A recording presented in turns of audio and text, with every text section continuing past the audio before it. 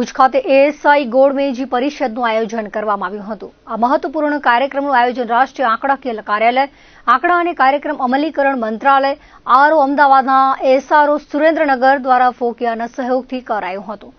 આ પરિષદનો મુખ્ય ઉદ્દેશ ફેક્ટરી મેનેજમેન્ટની ટીમોને એએસઆઈ રિટર્નના સ્વસંકલનમાં માલિકી લેવા માટે પ્રોત્સાહિત કરવાનો હતો અને જાણકાર નીતિ નિર્માણ માટેના એએસઆઈ ડેટાના મહત્વ પર પ્રકાશ પાડવાનો હતો। આ ઘટનાઓના મુખ્ય મુદ્દાઓ એએસઆઈ રિટર્નના સ્વસંકલન માટે ફેક્ટરી મેનેજમેન્ટને સશક્ત બનાવવું, એએસઆઈ ડેટાના મહત્વને સમજવું, ઉદ્યોગ, એકેડેમિયા અને સરકાર વચ્ચે સહયોગ, કચ્છ યુનિવર્સિટી ખાતે વૃક્ષારોપણ અભિયાન રહ્યા હતા। આ કોન્ફરન્સનું ઉદ્ઘાટન હોદ્દેદારોની હાજરીમાં કરવામાં આવ્યું હતું। આ કોન્ફરન્સમાં લગભગ 60 ઉદ્યોગ જૂથના પ્રતિનિધિઓ હાજર રહ્યા હતા।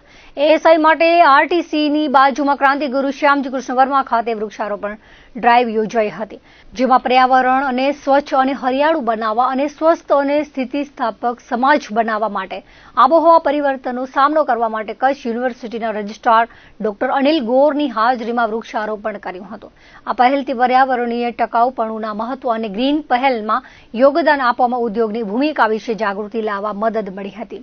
રોપાઓ વાવવામાં રોકાયેલા સહભાગીઓએ ઔદ્યોગિક અને પર્યાવરણીય પ્રગતિ બંને તરફની જવાબદારીની થીમને વધુ મજબૂત બનાવી હતી। આ કાર્યક્રમના આયોજનમાં મમતા વાસાણી, રોનક પ્રજાપતિ ફોકિયામાંથી અને શ્યામભાઈ વર્મા, પ્રવીણકુમાર મીના અને કુનાલી રબાડિયાએ આંકડા અને કાર્યક્રમ અમલીકરણ મંત્રાલયમાંથી मुख्य भूमिका भजवी હતી। एनुअल सर्वे ऑफ इंडस्ट्रीज हमारा एक रेगुलर प्रोग्राम है जिसका हम डेटा कलेक्ट करते हैं।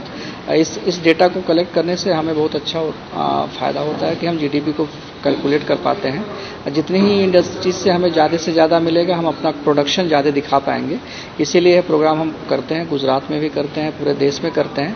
आज हम कच्छ की तरफ भी आए हैं। कच्छ हमारा एक एरिया है जिसके लिए बहुत ही इंडस्ट्री का हब होने के नाते हम इस प्रोग्राम को यहाँ पे कर रहे हैं और लगभग हम 50 इंडस्ट्री सेक्टर से आज यहाँ पे लोगों को इनवाइट किए हुए हैं और सभी लोग आए हुए हैं और इन सबसे इंटरेक्शन करके बहुत ही फ़ायदा लग रहा है। लोगों ने बताया कि इस इंटरेक्शन का उनको बहुत अच्छा फ़ायदा मिला है कि वो अपने आईएसआई रिटर्न फॉर्म को आसानी से भर पाएंगे और हम भविष्य में भी ऐसा प्रयोग करते रहेंगे। इस कार्यक्रम का मेन उद्देश्य है कि उनको सेल्फ कंपाइलेशन के बारे में बताना ताकि वो इंडस्ट्री का फॉर्म जो है एएसआई रिटर्न का फॉर्म खुद ही भर लें।